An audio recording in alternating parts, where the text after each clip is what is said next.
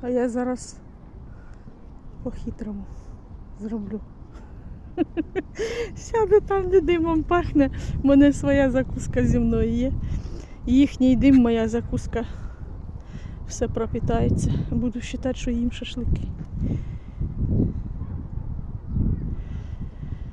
Клас.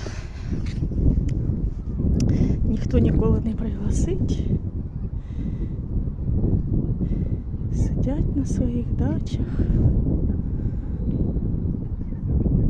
В фазендах.